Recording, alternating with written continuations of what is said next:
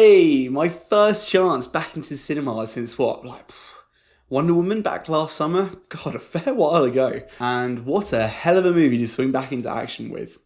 Let's talk about it.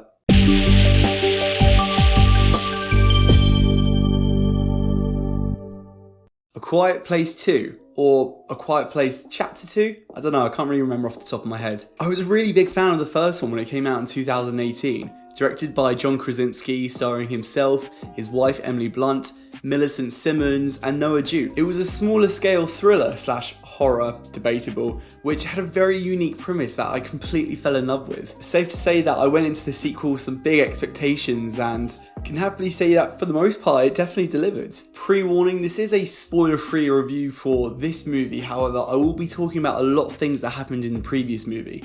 If you haven't seen the first Quiet Place, I recommend you do so and then come back and watch this video. But yeah, anyway, the first 15 minutes of this movie was easily the best introduction to a film that I've seen in such a long time.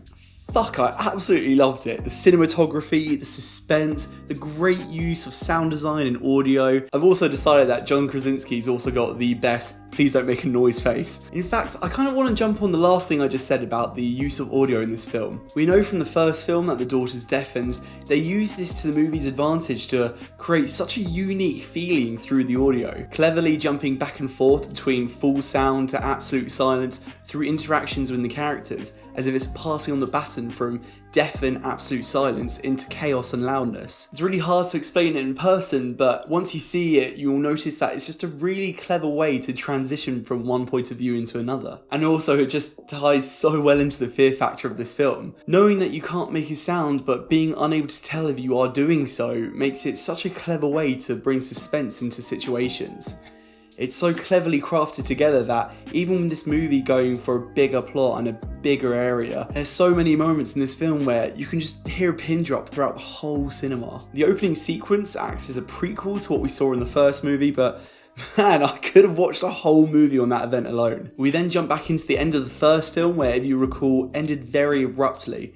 And they did kind of gloss over how they managed to get out of the scenario that they left themselves in, which is a bit of a shame because I would have loved to have seen what was going to happen when that credits just rudely interrupted at the end of the first movie. You kind of just have to assume what went down almost. I kind of did have a chuckle to myself as well, where you've got these kids that are playing in a sequel to a movie that came out 3 years ago, and they're trying to do a scene which is taking place minutes after the first movie.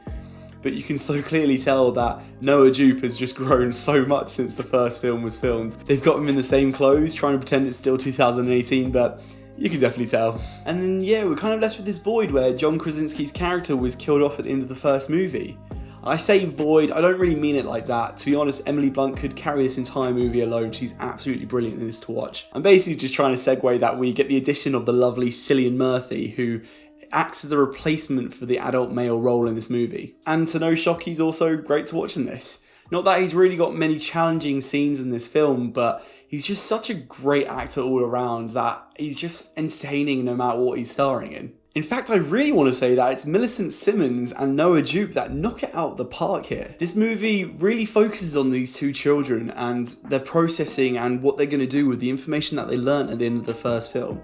And rightly so. The sequences that take place following is what I feel like most of us would have done in this scenario. And this movie does good to follow logic 90% of the time. I love horror movies and thrillers where you're following main characters that make rational and clever decisions. And A Quiet Place was a really good example of that. The sequel follows suit, maybe a little less, but still enough to make the characters compelling that you want to watch them and root for them. The boy's a bit of an idiot in this movie, but you knew that he was irrational and very easy to panic in the first movie, so it kind of doesn't really surprise you in this one. But overall, God, I really love this sequel. I love the direction they took with this film, expanding in scale but somehow keeping it personal and sticking closely with the characters that we already know, and honestly, I would love to see a third movie come from this. It's always great to see this world and how it's been built around the fact that these aliens can only hear sounds and what mechanisms have been put in place to protect people and just how people are surviving. I can understand why they held off from putting it on streaming services because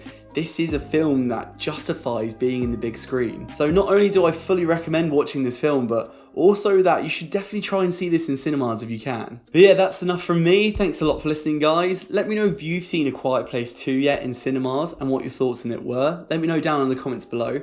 If you liked this video, please feel free to leave a like and subscribe. It really does help me out. And as always, stay tuned for more reviews on movies, anime, and video games. Until next time, guys, take care. Bye bye.